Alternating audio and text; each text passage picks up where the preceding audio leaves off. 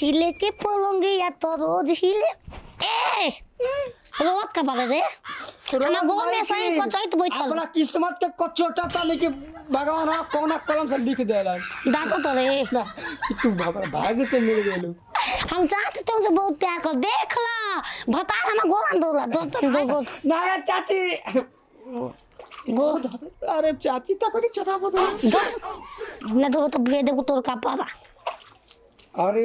अरे हिले के पलंगिया तो हिले तो अरे कैसन तो गोड़ा तो रे अरे बाकी ना भात से स्वाद मिलता और चौकी पहाड़ नहीं के सही से मिलना बोला मके भाव अब हो गइल मल हंस मो फरारा तो बोल दी आउ बाना पहलवा गोर कर पहलवा के सावधान जाई गोरी जोंदी बाज जाई छागल ए रगो चमका के तो सुना काढो के वन रे अरे तुम्हारे के माई अगिल की मोर से माई ओ तुला के हियो रे हां ओ तुला के मोर उमा देख गोल हो गई हम रानी हैं चाह के मत कहियो कि साड़ी खींचला हमार चल फेंक अबे फेंक आओ तो नत कही हो दुआरिया पागल बुआई बंद ना नाम तो नहीं अरे आगे मागे आए घती हिया ना गवारे सुगावा अरे सुगावा फिचला रोज शाम सुबह हमार होइलू गावा फिचे रंगबा गोरेला फिचलू गावा ए ओए कल हम संग नाचले तो फिचिए गावा जिम हो जब ती जागला पंगला दीवाना ओ बाबा इतना नाचो तो फिचे के बात हो फिर चल दी फीच के हमारा कहे गोल में तेल लगावे बाप रे बाप ना पीछे देतिया ना गोड़ में साबुन लगा देतिया ये मेहरानू हमारा के पगला दे आई माई मौसी चौगल बस तेरी तो यात्रा करे चल चल के नवरात्र में देवी यात्रा करो ये हमके घरे पगला कृष्णा अरे ये क्या करता हो मर्दे क्या कुछ करता नहीं मर्दे मुंह हाथ का हो गया है क्या है कुर्ता है का है ई मेरा सड़िया है जाए बाबू तोरा के यही खातिर कोटा में पढ़े विदा कर रे हैं आ मुंह हाथ धोई त मतलब मेहरानी को बे सर जाने में का रे हां मैंने को लूगा मौके में किचड़ देखे तो जरा तरह देख अरे तू है लूगा का पीछे तरस लूगा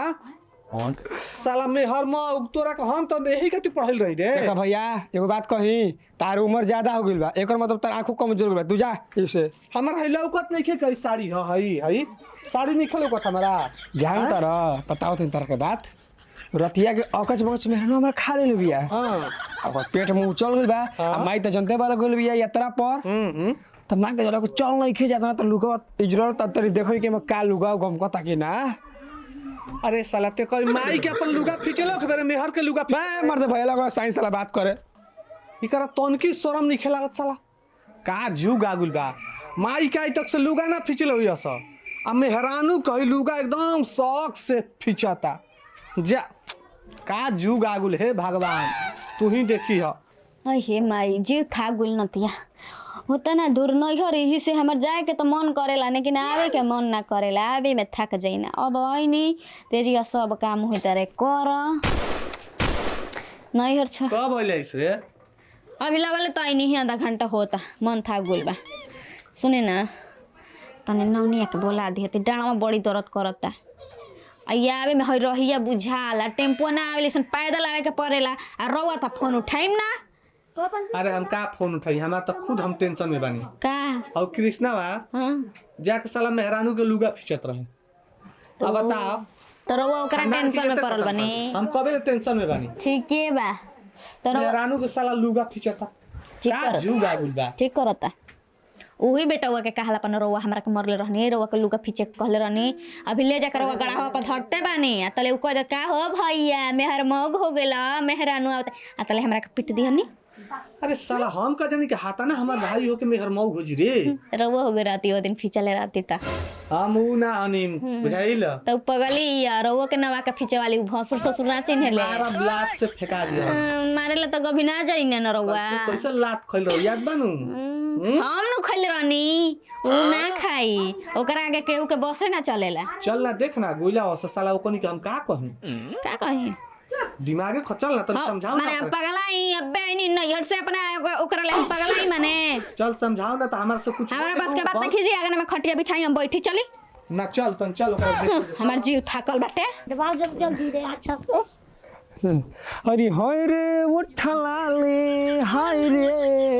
चंदा मामा के बारे में कॉफी चंदा मामा दूर के पुआ पकावे गुर के अपने खाले थाली में मामा ने ए बाबू ई क्या कर रहा रे ठीक है वाला कर रही ए कृष्णा मिस करते रहे कहीं क्या ई क्या होत रहा है गोड़ में कर लिया के कर हमार नाइकी माई के मारे हां ए का तू पढ़ रहा या में हाथ वाला आवत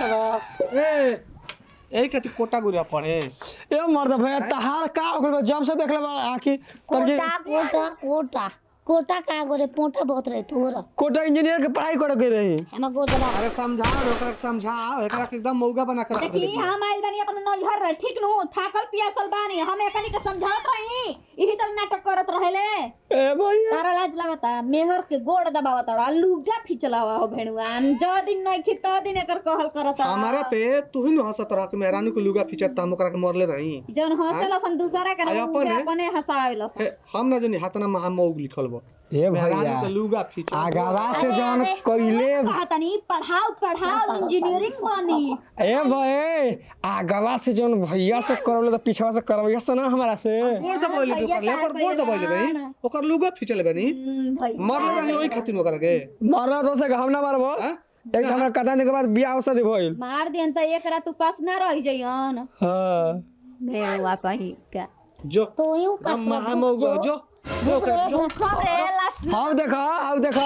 काल कोन टिकली चटवा के आइल बाली टिकुली का हमारा मर्दाना चटी की तू चटपा अरे ऊ आइल बिया थाक के अभी हां तोरा के समझाओ हमार सब बर्दाश्त मन नहीं बा कब मेहरान के लुगा खींचा त कब गोड़ दबावा त कब ओकर चोली तो खींचा अर्धक- आ कब टिकुली निहारा दूसरा के निहारा तड़ा तोहरा के अकेले बात करब तो बताई बहुत हमारा ले भेड़ुआ अकेले बतीब जदी बाज जाई छोड़